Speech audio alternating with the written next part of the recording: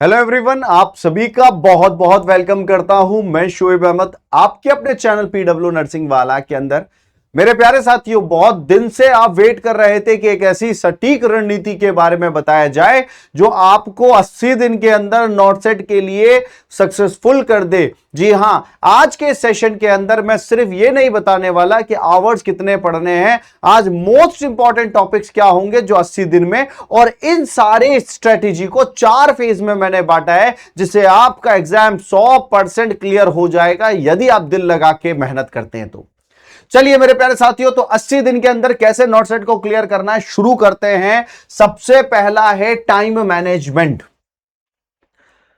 क्या भाई? सबसे पहला है time management. 80 days not set study plan AIIMS not set के लिए कि क्या रहने वाला है एम्स नॉट सेट में, आप कैसे पढ़ाई करेंगे। सबसे पहली बात है डेली का शेड्यूल 8 से 10 घंटे का रहेगा बच्चा लोगों। 8 से 10 आवर्स का शेड्यूल रहेगा। अगर आप सोच रहे हैं कि मैं 4 घंटे 5 घंटे पढ़ाई करके नौकरी लग जाऊंगा, तो भाई अब नहीं, वो टाइम 4-5 घंटे का नहीं है, वो 3 महीने से पहले का टाइम है। अब करंटली आपको 8 से 10 घंटे पढ़ना पड़ेगा। आज के इस वीडियो में 8 से 10 घंटे में क्या पढ़ना है, कौन कौन से टॉपिक को उठाना है, क्या क्या रिवाइज करना है, वो सारी मैं बताऊंगा। 8 से 10 घंटे का टाइम रहेगा जो आपको डेली देना है, डेली के डेली आपको देना है। अब कोई भी गैप नहीं आना चाहिए, कंसिस्टेंसी। मैंने आपको यह बताना चाहता हूं 8 से 10 घंटे का क्यों लिया गया है। जितने टॉपर्स हमारे निकलते हैं, जिनसे हम पॉडकास्ट में भी बात करते हैं, उन सभी बच्चों की स्ट्रेटेजीज को देखा जाए ना, तो वो कम से कम 10 घंटे पढ़ रहे हैं। क्यों? क्योंकि नॉट सेट को कंप्लीट करना है, क्लियर करना है। यह 8 से 10 घंटे को सबसे पहले आपको इस प्रकार से बांटना है। नर्सिंग की थ्योरीज को 4 से 5 घंटे पढ़ें सुबह। मैं हमेशा कहता हूं थ्योरीज नई नई चीजें होंगी जो ज्यादा फ्रेश माइंड से आप पढ़ सकते हैं। 4 से 5 घंटे मॉर्निंग में थ्योरीज को पढ़ना है। सबसे पहली बात, मॉर्निंग में थ्योरी चलेगी 4-5 घंटे, 4-5 घंटे थ्योरी। ये 10 घंटे को हमने बांटा है फर्दर। फिर शाम होगी तो शाम को एमसीक्यूज लगाने। एमसीक्यूज कब लगाने हैं? 2 से 3 घंटे इवनिंग में एमसीक्यूज लगेंगे। और एमसीक्यूज जो टॉपिक आपने पढ़ा, जो थ्योरी आपने पढ़ी है सुबह, उसी के एमसीक्यू लगेंगे, कोई अलग एमसीक्यू नहीं लगेंगे। तो भाई पहली बात तो आप ये दिमाग में डाल लीजिएगा, नर्सिंग थ्योरी 4 से 5 घंटे चलेगी, एमसीक्यू चलेंगे 2 से 3 घंटे एमसीक्यू चलेंगे। और यह भी बात याद रखिएगा, जो थ्योरी आप पढ़ रहे हैं वो वन सोर्स से होनी चाहिए। थ्योरी हमेशा वन सोर्स से होनी चाहिए। एमसीक्यू जो है मल्टीपल बुक से चलेंगे, multiple books, multiple content, multiple test, इनसे चलेंगे। नेक्स्ट बात पे समझिएगा, रिवीजन मस्ट है। हम सब बच्चा लोग ये दिमाग में आता है ना कि सर हम रिवीजन कहां से करें, रिवीजन कैसे करें, हमें तो कुछ याद ही नहीं हो रहा है। आप लोग क्या कर रहे हो? आप थ्योरी पढ़ रहे हो, एमसीक्यू कर रहे हो, थ्योरी पढ़ रहे हो, एमसीक्यू कर रहे हो। आपको रिवीजन के लिए एक मिनिमम से मिनिमम 1, मैक्सिमम से मैक्सिमम 2 घंटे देने। रिवीजन आपको क्या करना है? जो करंट आज के डे का पढ़ा है, करंट डे का पढ़ा है, वो रिवाइज करना है। प्लस आपको यस्टरडे, कल वाला, यस्टरडे वाला भी रिवाइज करना है। और ये जो रिवीजन चलेगा मेमोरी बेस्ड चलेगा, इसमें कॉपी खोल करके नहीं बैठना है। मैंने आज क्या पढ़ा है, मैंने ये रिवाइज किया, इसके बाद ये पॉइंट पढ़ा, मैंने इसका सिलेंडर का कलर ये होता है, वो होता है, ये सारा अपन को रिवाइज करना है। तो पहली बात आप दिमाग में बिठा लीजिए, कम से कम 8-10 घंटे अपने आप को झोंकना पड़ेगा मेहनत के अंदर। और 8 से 10 घंटे को थ्योरी को 4-5 घंटे, 4 से 5 घंटे, एमसीक्यू को 2 से 3 घंटे, रिवीजन को 1 से 2 घंटे। और अब टाइम है कि आप करंट अफेयर्स जो है और जीके जो है, 30 मिनट करंट अफेयर और जीके पे दीजिए। करंट अफेयर और जीके 30 मिनट हमें देना है, करंट अफेयर और जीके को, जिससे कि हमें सारी चीजें याद हो जाए। आज का सिनेरियो, करंट अफेयर्स क्या चल रहे हैं वो हमें पता होना चाहिए। सबमिट कहां हो रही है ये, और ये 3 महीने का आता है। फिर उसके बाद आपको प्रीवियस ईयर के क्वेश्चंस के ऊपर ध्यान देना है, जो 30 मिनट देना है। पेपर एनालिसिस, इसको मैं ये कह सकता हूं पेपर एनालाइज करना है। चलिए आप नहीं दे पाएंगे तो मैं आपको मेजर टॉपिक्स भी बताऊंगा आज के सेशन में। पेपर एनालिसिस करना है, प्रीवियस ईयर के क्वेश्चंस को आपको पढ़ना है कि यार ये क्वेश्चन आए हैं, ये टॉपिक्स आए हैं, इससे हमें टॉपिक का पता लग जाएगा मोस्टली कहां से उठाया जा रहा है, वो भी मैं आज आपको बता दूंगा। तो बच्चों सबसे पहला है 80 दिन के लिए डेली। पहला हमने क्या बात समझी कि अगर आपको 80 दिन पढ़ाई करनी है, 80 दिन तैयारी करनी है, तो आपको सबसे पहला मैंने आपको समझाया टाइम मैनेजमेंट। टाइम मैनेजमेंट कितना, हमें डेली का कम से कम 8 घंटा और मैक्सिमम 10 घंटा तो देना ही देना है। तो 8 से 10 घंटा पढ़ाई करनी है। यदि आप इससे कम में पढ़ाई करोगे तो सिलेबस कोर्स कंप्लीट नहीं हो पाएगा, ना रिवीजन हो पाएगा, आप आधे अधूरे एग्जाम देने जाओगे। पहला टाइम समझ में आ गया। अब हमें इस पढ़ाई को 80 दिन को फेजेस में बांटते हैं। फेजेस को कैसे बांटते हैं, फेज 1, फेज 2, फेज 3, फेज 4। 1 2 3 4 हमने इसको फेजेस में बांट दिया। ये फेजेस रहेंगे।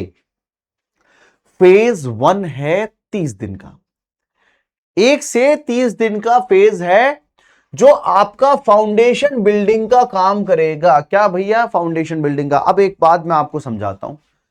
यदि आप सोचे नर्सिंग के 4 साल की पूरी पढ़ाई मैं कंप्लीट करूं, वो नहीं। स्ट्रेटेजी वीडियो का मतलब यह है कि आप स्मार्ट वर्क करें और जो पैटर्न हमने ऑब्जर्व किया है कि नॉर्थ सेट में ये आता है, वो हम पकड़ना चाहते हैं।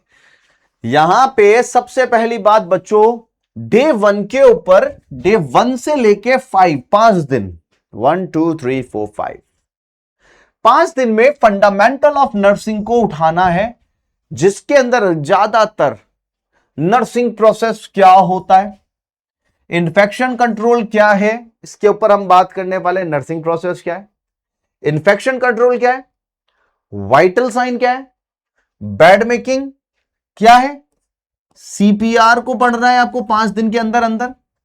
सीपीआर पढ़ा आपने, उसके बाद बेड सोर के ऊपर आना है।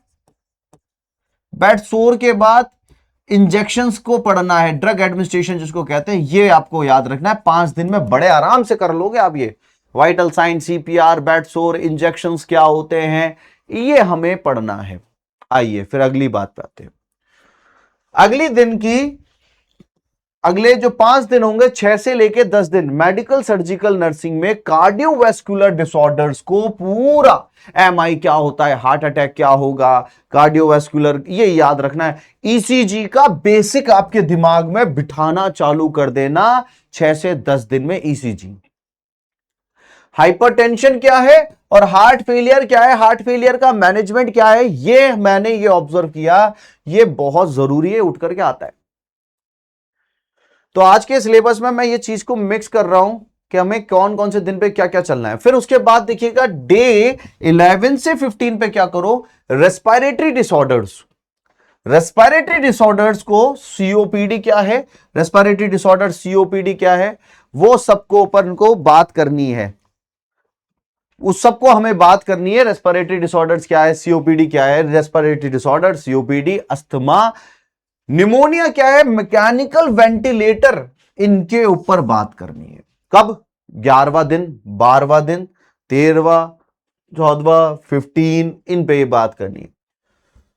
डे 16 से लेके 20 तक आपको न्यूरोलॉजी को पढ़ना है। स्ट्रोक, हेड इंजरी, एपिलेप्सी और इंक्रीज्ड आईसीपी आपको देखने को मिले तो आप क्या करेंगे, कैसे करेंगे भाई, ये आपका डे 16 से 20 तक का प्लान। डे 21 से 25 पे फार्माकोलॉजी को पढ़ना है।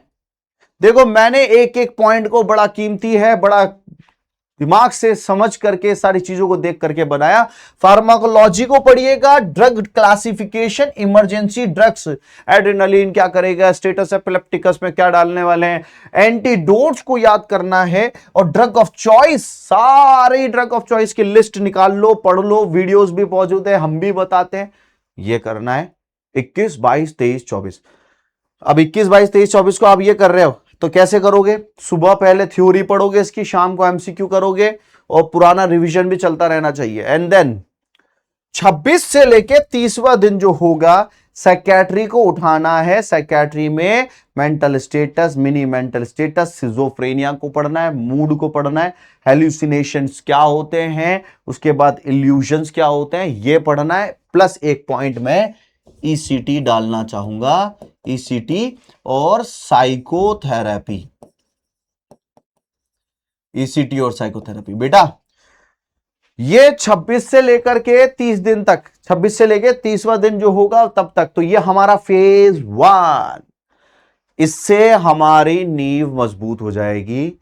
ये वो टॉपिक है बेटा जो बहुत नहीं, मैं बहुत ज्यादा इंपॉर्टेंट बता रहा हूं, क्योंकि ये फाउंडेशन है आपका। मैंने फेज 1 को क्यों बोला, फाउंडेशन है, ये तो करना ही करना है।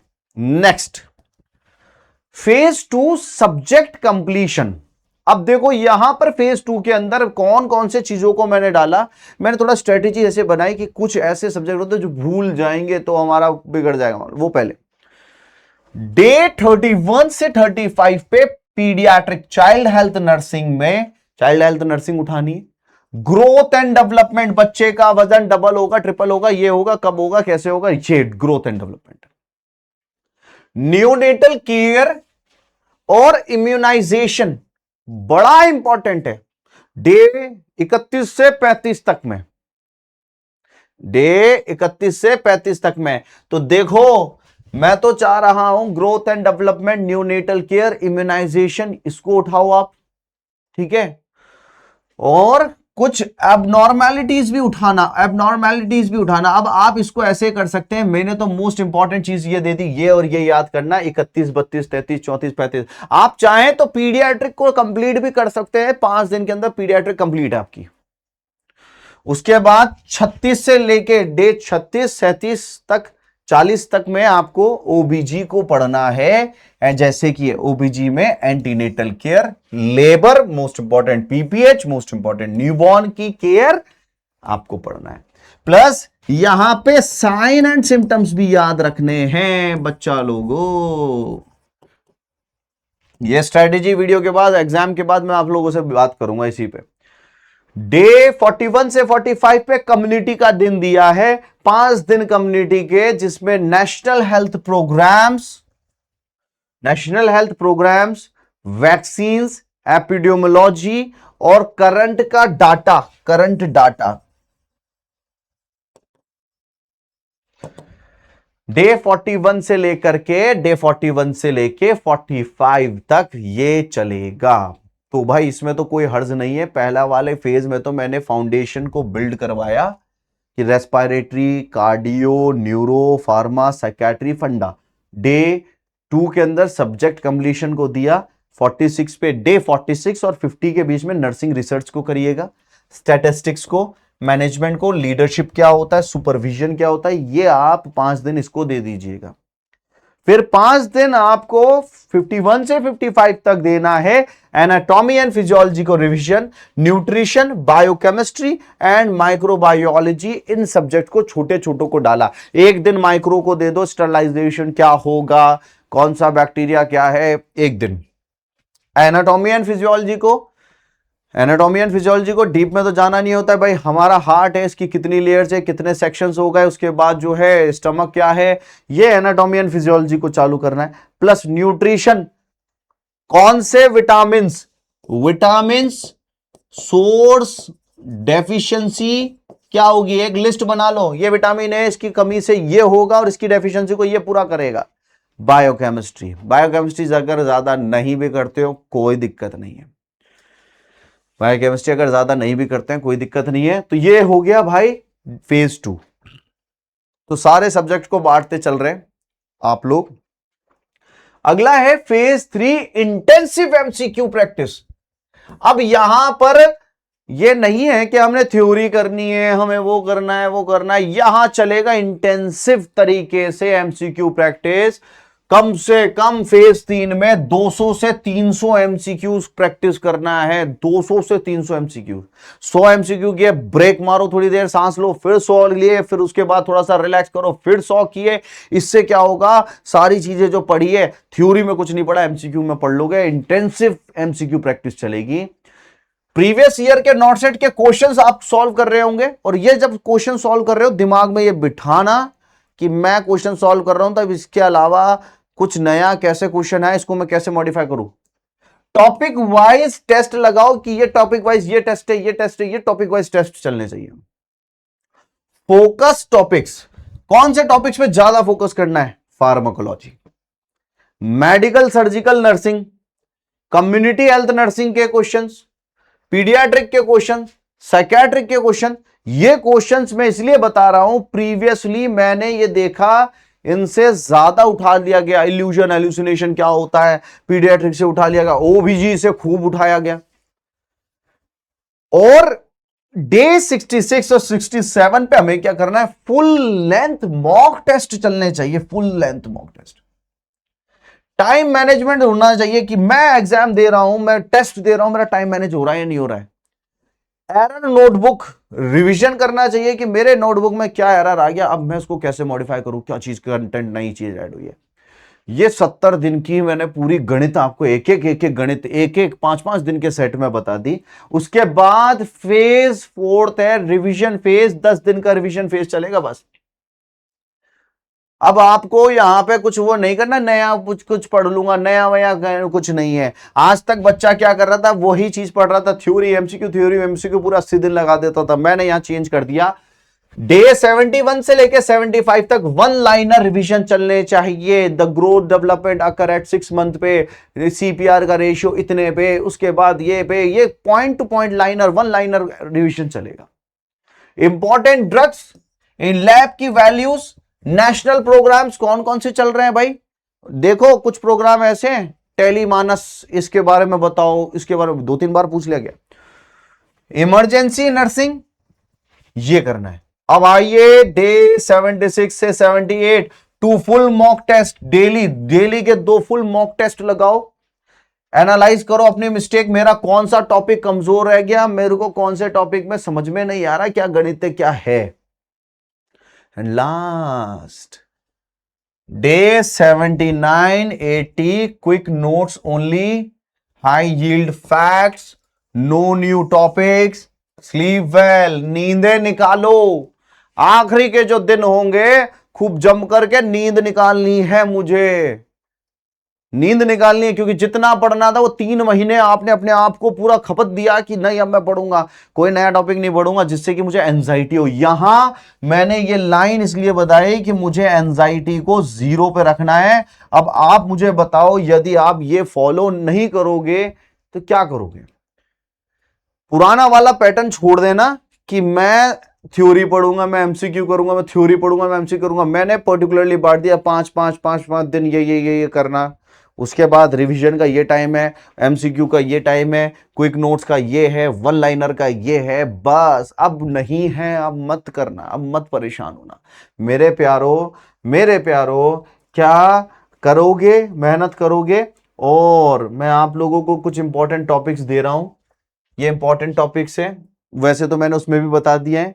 Pharmacology, medical surgical nursing, infection control, emergency nursing, ECG, psychiatric nursing, community health programs, immunization schedule, obstetric की इमरजेंसी, प्लेसेंटा प्रीविया हो गया, क्या हो गया, पीडियाट्रिक, ग्रोथ एंड डेवलपमेंट। इसके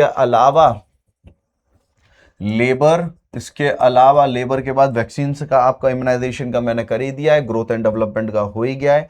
इसके अलावा सीपीआर आपको याद होना चाहिए। सीपीआर के अलावा ड्रग एडमिनिस्ट्रेशन याद कर लीजिएगा, ड्रग एडमिनिस्ट्रेशन याद रखिएगा, ठीक है। इतना कंप्लीट हो जाए बस। अभी तो ये चीजों पे ध्यान दीजिए, और सारे टॉपिक्स को मैंने बांट दिया। मेरे प्यारो, मैं अब आप लोगों से यही उम्मीद कर रहा हूं कि आप अब हमारा नाम रोशन करके आएंगे, परिवार का भी नाम रोशन करेंगे। 80 दिन इतने शानदार होने चाहिए। सिर्फ मैं आपको बोल रहा हूं 10 घंटे पढ़ाई करनी है, बाकी सो खाओ पियो मजे करो। 10 घंटे भी पढ़ाई करोगे, नॉट सेट क्लियर हो जाएगा। नॉट सेट के बेनिफिट्स बहुत है, सरकारी नौकरी के बेनिफिट्स बहुत है। नौकरी के लिए लोग तरस रहे हैं, बट आपके पास एक बहुत बढ़िया अपॉर्चुनिटी है, तो तैयार हो जाइए। मैं आप लोगों से रिक्वेस्ट करता हूं। आप सभी का बहुत बहुत धन्यवाद। Thank you so much. धन्यवाद साथियों।